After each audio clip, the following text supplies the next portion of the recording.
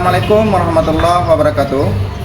Perkenalkan, nama saya Habibuddin, guru fikih di Madrasah Sanawiyah Swasta Al-Amin Sampean, sekaligus mahasiswa PPG dalam jabatan D1 tahun 2025 di LPTK Institut Agama Islam Negeri Palangkaraya dengan NIM 254267303114. Pada kesempatan hari ini, Senin 12 Mei 2025, saya akan mempraktekkan pembelajaran fikih dengan materi sholat jamaah sebagai syarat untuk mengikuti PPG dalam jabatan tahun 2025. Sekian dan terima kasih. Selamat menyaksikan.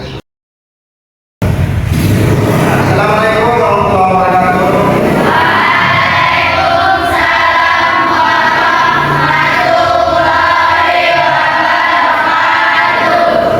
Ya, apa kabar anak-anak? Alhamdulillah, kita semua sehat-sehat semua. Ya, di pertemuan kali ini Ustaz mau memberikan motivasi. Ya, sebelum kita mulai pelajaran, mari kita berdoa seperti biasa. Tolong keduanya pimpin doa kita. Sebelum kita belajar, mari kita berdoa. Berdoa yang mulai.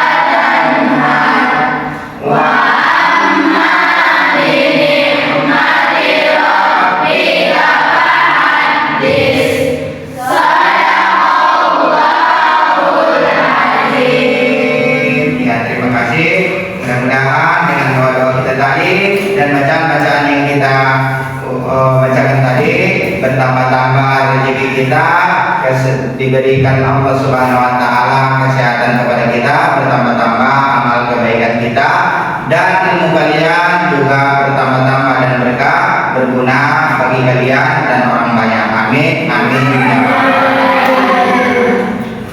Ya, oh ini udah datang si Asya. Mana minggu semalam Bapak hadir? Sakit, Ustaz. Alhamdulillah, sakit itu adalah ibadah. Nah, ini Allah kasih kesembuhan, dimanfaatkan. Nah, jadi udah terasa kalau sakit kan?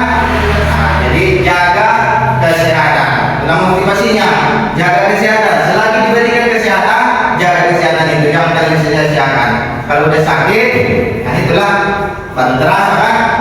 Berapa Sehat itu mahal, jaga kesehatan. Oke. Sebelum kita mulai pelajaran, ya Ustaz mau berikan semangat. Kalau Ustaz bilang semangat pagi, bilang semangat, semangat, semangat. Bisa? Oke. Coba semangat pagi. Kalau lagi semangat pagi. Ya, terima kasih teman-teman. Ya, alhamdulillah. Kita buka pelajaran kita pada hari ini. Buka bukunya. Halaman 121.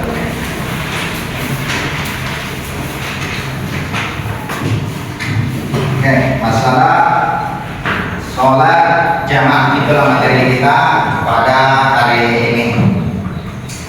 Ya, bismillahirrahmanirrahim. Hamdan Rasulullah wassalatu wassalamu ala Rasulillah. Allahumma shalli ala sayyidina Muhammad wa ala ali sayyidina Muhammad. Rabbana zidna ilma warzuqna rahmah wa amal sholih. Amin amin ya rabbal alamin. Masalah sholat jamaah. Sebelum kepada ke situ, kita kaitkan dulu, kita ulang kembali pelajaran kita yang lalu. Masalah sholat. Sholat itu adalah satu kewajiban bagi kita yang tidak boleh ditinggalkan. Wajib artinya ditinggalkan, dikerjakan berpahala, ditinggalkan berdosa. Berarti tak boleh kita tinggalkan, wajib. Walaupun dalam keadaan apapun. Makanya pelajaran yang lewat bisa bilang saking wajibnya sholat dalam keadaan apapun, baik dalam keadaan sakit, baik dalam keadaan sehat, baik dalam keadaan sibuk, sholat tak pernah kita boleh ditinggalkan, karena itu adalah dalam suatu kewajiban bagi kita. Jadi saking wajibnya sholat itu tak bisa kawal diri. Allah kasih keringanan dengan duduk. Tak sanggup kau duduk, Allah kasih keringanan berbaring. Tak sanggup lagi berbaring dengan anggota tubuh kita. Tak sanggup dengan anggota tubuh kita, kedipan mata kita. Tak sanggup dengan kedipan mata kita, dengan hati kita. Jadi nggak ada alasan, nggak ada alasan apapun sholat itu wajib. Oke, karena saking wajibnya Allah tidak membenarkan kok. Allah kasih tugas kepada kita, Allah kasih kewajiban kepada kita, tetapi Allah tidak memberikan kepada kita kesusahan. Dalam keadaan apapun kita, Allah kasih juga keringanan. Allah kasih keringanan juga sama kita. Walaupun kita diwajibkan mengerjakan sesuatu, dan Allah kasih keringanan. Seperti sholat adalah wajib, jadi Allah berikan keringanan untuk melaksanakan sholat itu. Tak bisa berdiri, duduk tak bisa duduk, berbalik. Tak bisa berbalik dengan anggota tubuh, tak bisa dengan anggota tubuh, dengan kedipan mata, tak bisa dengan kedipan mata, hati kita. Jadi tidak ada alasan kita lagi untuk meninggalkan sholat. Jadi kalau dibilang Ustaz saya lagi sibuk, nggak ada alasan. Ustaz saya lagi sakit, nggak ada alasan. Jadi Ustaz ada ketentuan masalah sholat. Saking banyaknya orang ngasih alasan. Wih, sibuk kali saya Ustaz. Saya tak sempat saya Ustaz. Jadi Allah kasih keringanan itu. Bagaimana cara Allah memberikan keringanannya? Karena kesibukan kita bermacam-macam. Ada yang sakit, ada yang sibuk, banyak pekerjaannya, banyak aktivitasnya. Jadi karena saking banyaknya aktivitas kita, kesibukan kita, jadi masalah sholat itu kadang lalai, kadang malas, kadang tertinggal. Jadi tidak ada alasan untuk tidak mengerjakan sholat. Oleh sebab itu, pada kesempatan kali ini, supaya kita tidak meninggalkan lagi yang namanya sholat, kita pelajari yang namanya rukhsah atau keringanan. Banyak keringanan-keringanan yang Allah berikan. Pada kesempatan itu contohnya ada sholat itu, keringanan-keringanan itu masalah sholat di dalam kendaraan. Ada lagi sholat di dalam perjalanan. Bagaimana itu Ustaz cara melaksanakannya? Bagaimana cara sholat Ustaz di dalam kendaraan? Bagaimana cara Ustaz sholat di dalam perjalanan? Itu yang mau kita pelajari pada hari ini. Oke, Ustaz bertanya, ada yang pernah ingin berperjalanan jauh? Kemana? Jakarta. Wih, enak kali ya. Ustaz tak pernah ke Jakarta. Dia udah pernah. Siapa lagi? Ada yang pernah lagi? Lebih daripada Jakarta ataupun sebagainya? Gak pernah. Di sini aja. Syukurlah kawan kita ini masih diberikan kesempatannya. Mudah-mudahan kita diberikan rezeki oleh Allah biar bisa kayak yang dirasakan oleh kawan kita ini. Jadi selama di dalam perjalanan, ya selama di dalam perjalanan, apa yang Anda rasakan? Jakarta. Maksudnya masalah sholat ini, apa kendalanya? Naik bus atau pesawat? Pesawat. Apalagi pesawat kali-kali ini kan, maksudnya pertanyaan di dalam hati, kayak mana sholat ini? Kalau bus kayak mana ini? Yalah kalau mau mobil pribadi kan bisa kita enak-enak kapan berhentinya. Kalau bus nggak terjangkau, nggak pasti berhentinya kapan, nggak mungkin setiap waktu untuk melaksanakan sholat itu bisa berhenti. Nah, pesawat pun begitu juga, nggak mungkin dapat waktu nanti berhenti kita. Nah, jadi pada kesempatan kali ini beruntunglah bagi kalian yang Allah berikan kesehatan, Allah berikan kesempatan untuk hadir pada hari ini karena pelajaran kita ini sangat penting. Yakin saya yakin Ustaz ini muka-muka orang yang bahagia nanti ini. Ya orang-orang sukses berperjalanan jauh, apalagi insya Allah mudah-mudahan berikan Allah rezeki untuk melaksanakan umroh atau haji itu ada sholat di dalam perjalanan. Nah, masuk kita kepada inti daripada pelajaran kita ini. Sebelumnya itu mari kita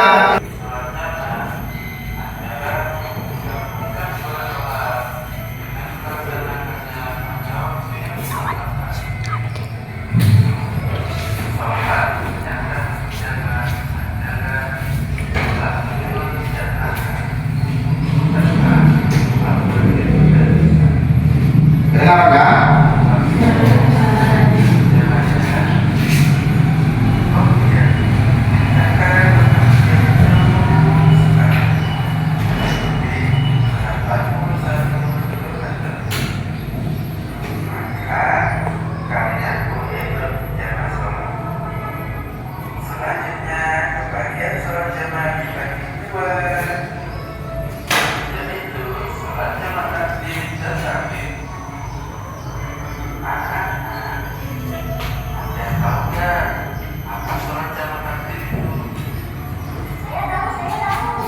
Perhatikan videonya.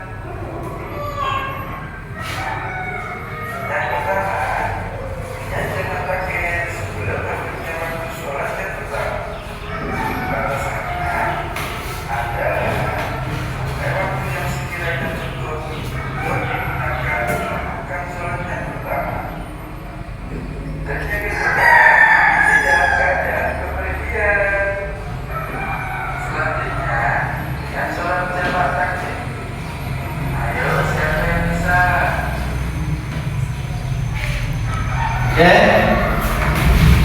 Ya, dari video ini telah kita lihat, kita tonton bersama-sama keterangan materi-materi yang akan kita pelajari tentang sholat jamaah.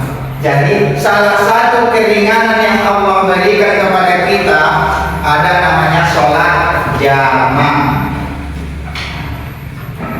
Apa itu Ustaz jamaah? Nah, kalau dari segi materi tadi, jamaah, sholat jamaah itu katanya menggabung dua sholat menjadi satu. Lebih mudah ingatnya, dua sholat menggabung dua sholat menjadi satu. Menggabung dua sholat menjadi satu.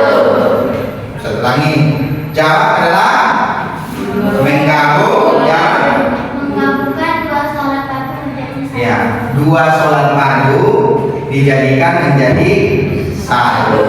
Mana-mana Ustaz sholat yang boleh dijamak? Mana-mana Ustaz sholat yang boleh digabungkan? Nah, sholat yang boleh digabungkan zuhur dengan asar, maghrib dengan isya. Jadi subuh kayak Ustaz, subuh seperti biasa, nggak ada apa, nggak ada kawan. Ustaz balik lagi, sholat yang boleh dijamak, sholat yang boleh digabung, zuhur dengan asar, maghrib dengan isya. Kemudian persyaratan Ustaz, persyaratannya supaya kita boleh menjamak, satu, harus di dalam perjalanan. Kita harus di dalam perjalanannya. Tidak boleh kalau di rumah, tidak boleh kita menjamak. Harus di dalam perjalanan. Yang kedua, Ustaz, perjalanannya itu berapa jauhnya Ustaz? Berapa jauhnya? Berapa jarak tempuh kejauhannya minimal? 81 atau 81 atau 80 sampai 84 km. Perkiraan tinggi pula. Kalau di bawahnya itu belum boleh untuk melaksanakan sholat jamaah. Paling sedikitnya 81 km. Itulah syarat untuk menjamak. Oke, kita berikan lagi contohnya, ya biar mudah kan. Tapi sebelum itu Ustaz terangkan lagi, jamak itu ada dua. Jamak itu terbagi dua. Satu ada namanya jamak takdim, yang kedua namanya jamak takhir. Satu jamak takdim, dua jamak takhir. Jamak terbagi dua. Satu jamak takdim, dua jamak takhir. Pertanyaannya, Ustaz, apa itu jamak takdim? Apa jamak takhir? Jamak takdim, biar lebih mudah nih kau ya, mengerjakan dua sholat di waktu yang pertama. Jamak takhir, mengerjakan dua sholat di waktu yang kedua. Kalau dia jamak takhir, dikerjakan dua sholat pada waktu yang pertama. Kalau jamak takhir, dua sholat dikerjakan pada waktu kedua. Nah, contohnya kayak si Windy, dia berangkat dari Medan menuju Jakarta. Itu udah lama itu ya, lama kali perjalanannya itu. Jarak tempuhnya pun udah lebih 81, udah lebih kali, udah jauh kali. Jadi bagaimana kalau Ustaz saya mengerjakan sholat itu? Dia naik bus lain dulu dia. Di dalam perjalanan, saya Ustaz mau mengerjakan jamak takhir. Bagaimana Ustaz caranya? Sholat dapat dia nanti sholat zuhur, dikerjakannya zuhur dengan asar. Dapat lagi nanti waktu maghrib, dikerjakannya maghrib isya dengan maghrib dengan isya di waktu maghrib. Itu namanya jamak takhir.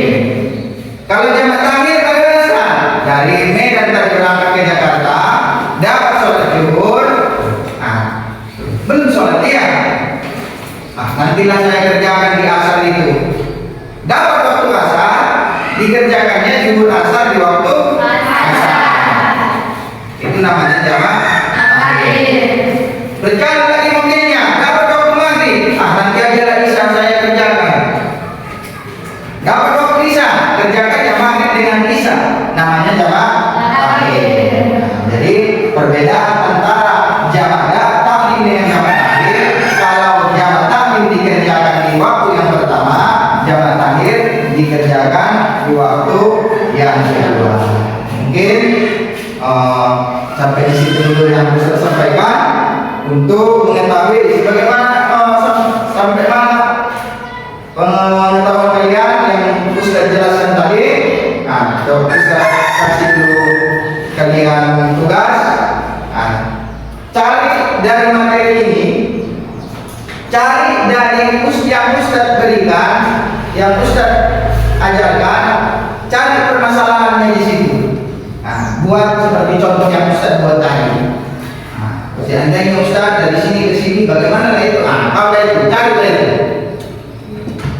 Ya, bisa? Siap? Siap. Ya, udah disuka ini. Ya, kita bikin dulu semangat lagi. Semangat pagi. Semangat lagi. Semangat pagi.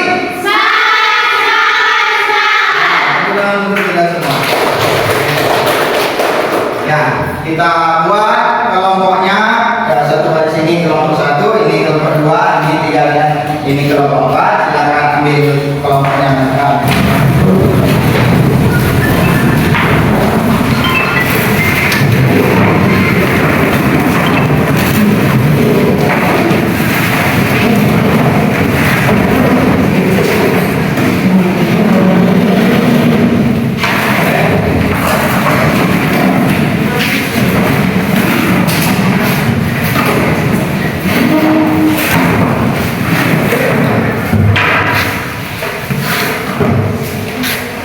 Oke, cari permasalahan di dalam materi kita.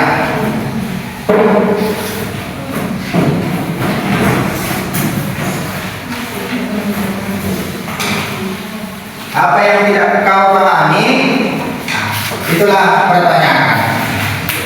Kemudian cari di situ ada buku kita. Ini. Jadi Budi dan keluarganya melaksanakan salat zuhur dan asar secara jamak takdim dengan cara melaksanakan zuhur dan asar di waktu zuhur. Begitu juga dengan maghrib dan isya dikerjakan pada waktu maghrib. Ya, betul. Tepuk tangan. Bisa jelaskan?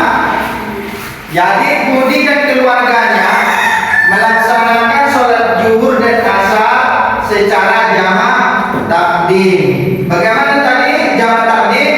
Zuhur dan asar dikerjakan di waktu zuhur. Begitu juga maghrib dengan isya.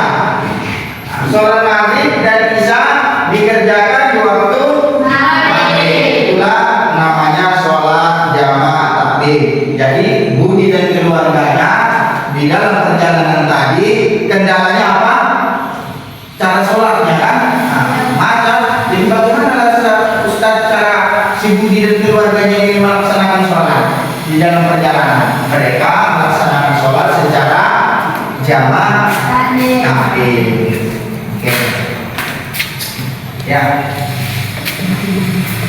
Untuk lebih pahamnya lagi, langsung kita praktekkan ya. Karena materi aja mungkin kita tidak paham atau kurang paham, kita praktekkan langsung bagaimana cara melaksanakan sholat jamak. Oke.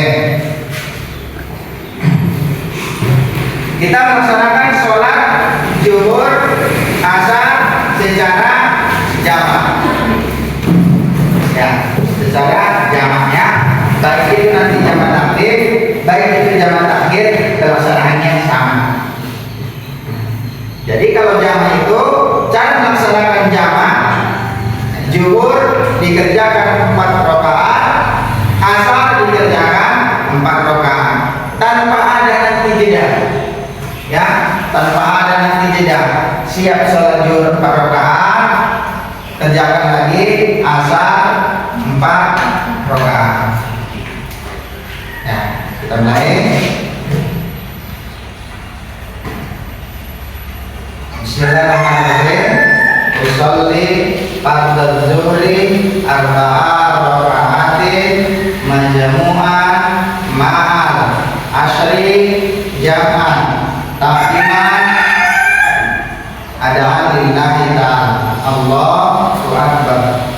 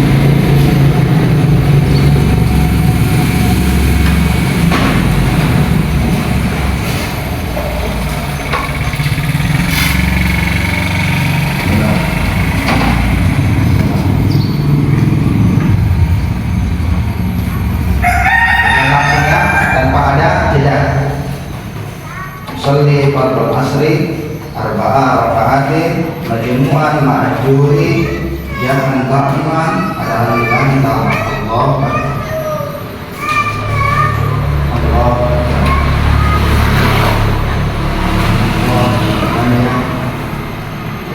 Allahu akbar.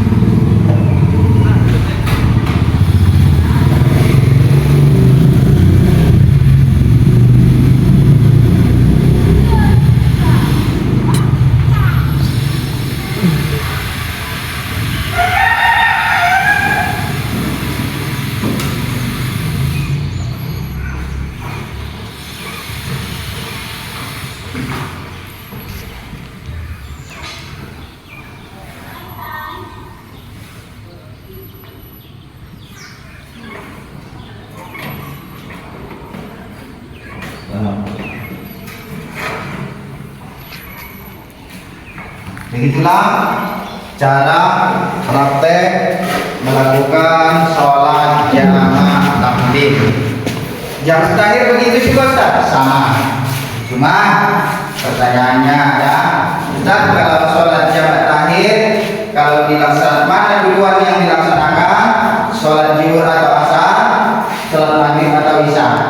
Jadi jawabannya sholat zuhur itu boleh dikerjakan duluan daripada asar atau asar dulu baru zuhur. Begitu juga maghrib.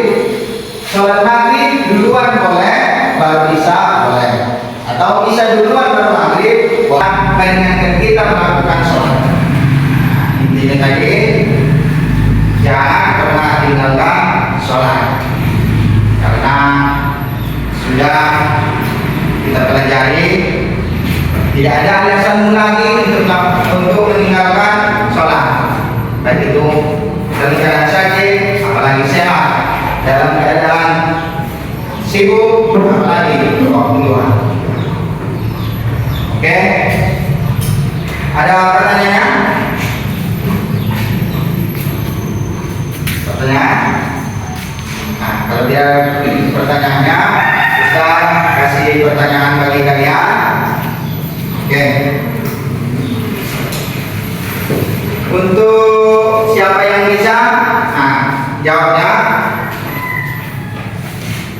Dari materi yang kita pelajari ini masalah sholat jamaah. Apa yang disebut dengan sholat jamaah? Ya, kamu Menggabungkan dua sholat fardu menjadi satu waktu. menggabungkan dua sholat fardu menjadi satu waktu. Ya betul, kasih tepuk tangan. Dua sholat fardu itu dibuat menjadi satu. Oke. Yang kedua, berapakah jarak tempuh minimal supaya boleh? Syaratnya supaya boleh melaksanakan sholat jamaah. Ya, oh ya. 21 sampai 24 km. Ya, perkiraan kurang lebih 81 sampai 84 kilometer. Ya, kasih tepuk tangan. Jadi di bawah 81 itu belum boleh untuk melaksanakan. Apalagi dari jarak rumah kalian ke madrasah ini nggak boleh untuk melaksanakan, belum boleh untuk melaksanakan sholat jamaah, belum memenuhi syarat. Pertanyaan selanjutnya,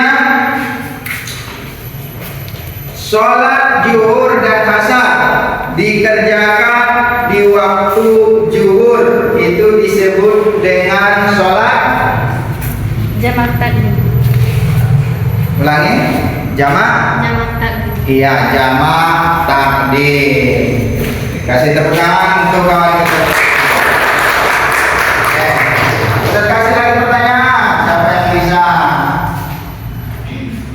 Jamak terbagi. Siapa namanya? Jamak takdim. Siapa namanya? Windy. Oh, Windy.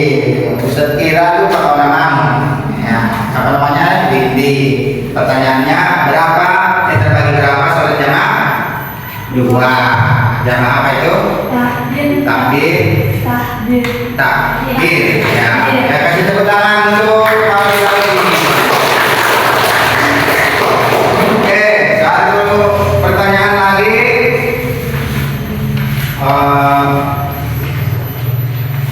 Jamak takdim ialah jamak takdim. Apa yang disebut dengan jamak takdim? Coba jamak takdim. Ya, Alvia. Untuk umat dua sholat dan mengerjakannya waktu pertama. Pada waktu pertama. Ya, Ustaz perjelas biar paham kamu. Mengerjakan dua sholat di waktu yang pertama. Contohnya zuhur dengan asar, mana waktu pertamanya? Zuhur. Itulah namanya jamak takdim. Kalau maghrib dengan isya, waktu pertamanya mana? Jadi kalau maghrib dengan isya dikerjakan di waktu maghrib namanya takdim. Kalau isya zuhur dengan asar dikerjakan di waktu asar namanya takdim. Oke, tepuk tangan untuk kita semua. Mungkin sudah mulai lesu, ayo kita kasih motivasi semangat lagi. Semangat lagi. Semangat pagi. Hidup ini harus pagi, ya. Walaupun siang tetap pagi, walaupun udah malam tetap pagi. Semangatnya. Jadi kalau malas kau pagi nggak semangat, siang pun sama malam nggak semangat itu. Jadi bagaimana kalau semangat pagi, begitulah siang dan malam harus semangat. Oke, sekali lagi semangat pagi.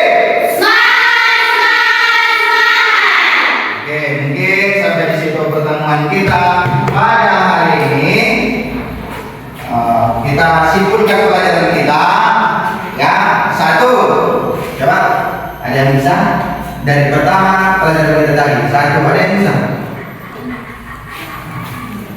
Bagaimanapun keadaan kita, sholat Harus dilaksanakan. harus dilaksanakan, nggak boleh ditinggalkan. Wajib dilaksanakan, nggak boleh ditinggalkan. Oke. Yang kedua, di balik kesusahan ada kemudahan. Bagaimana susahnya, Allah kasih keringanan. Oke, yang ketiga, kesimpulannya. Satu tadi, bagaimana keadaan kita, nggak boleh meninggalkan. Yang kedua, di balik kesusahan, di balik kesulitan ada. Oke, yang terakhir, kita bersyukur kepada Allah Subhanahu wa taala masih diberikan kemudahan, Allah berikan kemudahan untuk melaksanakan sholat, terutama sholat jamaah. Yang terakhir, melaksanakan sholat jamaah adalah solusi untuk kita melaksanakan sholat di dalam perjalanan. Oke, mungkin itu yang dapat kita sampaikan. Terakhir, mudah-mudahan kita diberikan oleh Allah Subhanahu wa taala kesehatan, diberikan kalian kesuksesan, dan Allah lapangkan rezeki orang tua kalian. Untuk menutup pertemuan kita pada hari ini, ya, mari kita sama-sama berdoa dengan mengucapkan alhamdulillah walhamdulillah